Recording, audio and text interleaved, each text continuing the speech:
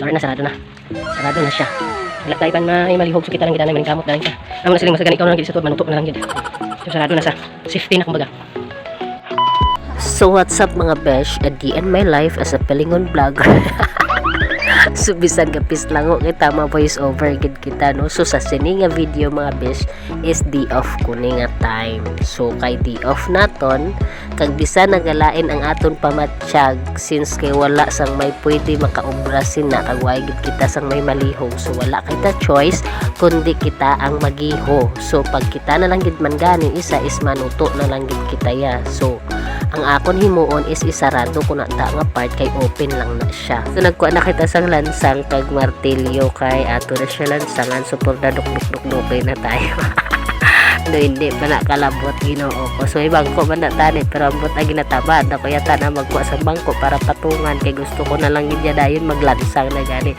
So ang gamit ko lang nagali isportahan asang way naman namon ginagamit. So tatlo na siya kabilog kaso lang kayong isa na datugan gani isang katre so hindi ko siya kaya alsahon kay Diyos ko basi mabugahat na naman ako may duty pakudaan buwas di basi amo naman to ang ikabikil kag maka-absent na naman kita so hindi kita pwede maka-absent bisan galain ang matsyag ta basta kaya lang for the go lang tayo gyapon.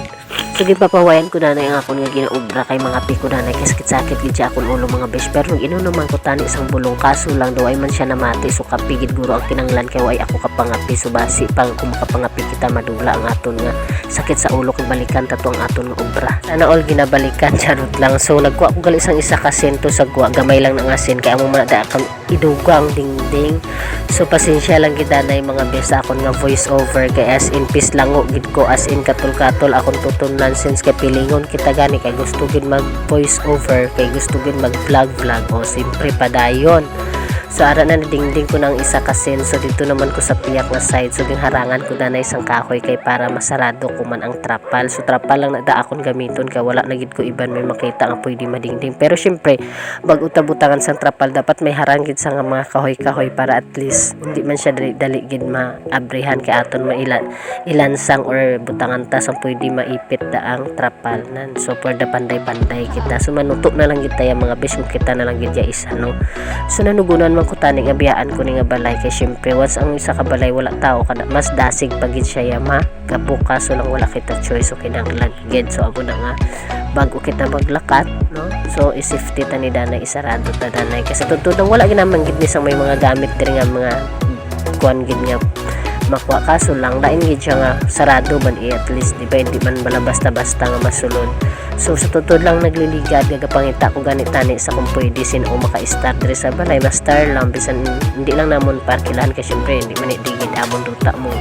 So pa-staran lang para at least bisan paano tani may tao lang ang balay hindi siya dali magabukas. So syempre wala pud ta sang may nakita nga pwede maka-start kay may ara tani kaso layo siya so hindi pwede. So ang ideyahon tan lang gid is isarado ta na lang ni danay bago kita magbiya diri or maglakat na naman o diba. So ara na nagbutang na ko gali sang trapal amo na ng pinakalas nga part so tapos na siya da mga besh.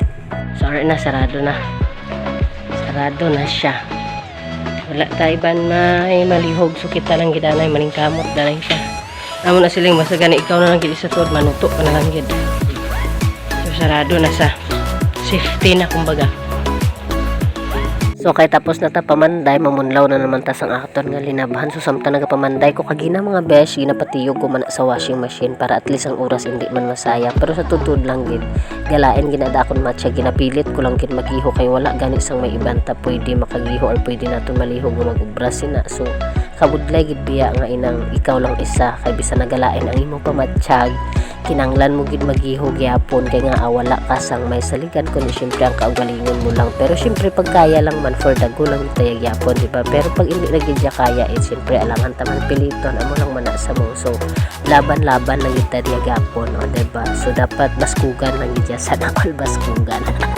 So tapos na kita bunlaw ibang halay ta na aton nga linabahan. So sa liwat pasensya lang gid na mga besh ang tingog ko Diyos ko halata gid nga pislango kay ta kagalain gid aton pamatsyag pero sa nasiling ko na gani laban lang gid tayo gyapon. So diri lang ko gali sa sulod balay nagapanghalay kay gaulan-ulan sa guwa so kanunggon sang dawni kung didto ko maihalay kay maulanan man lang diba.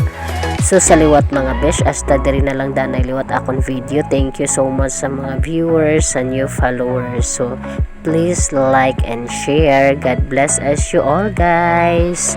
Bye. See you next time.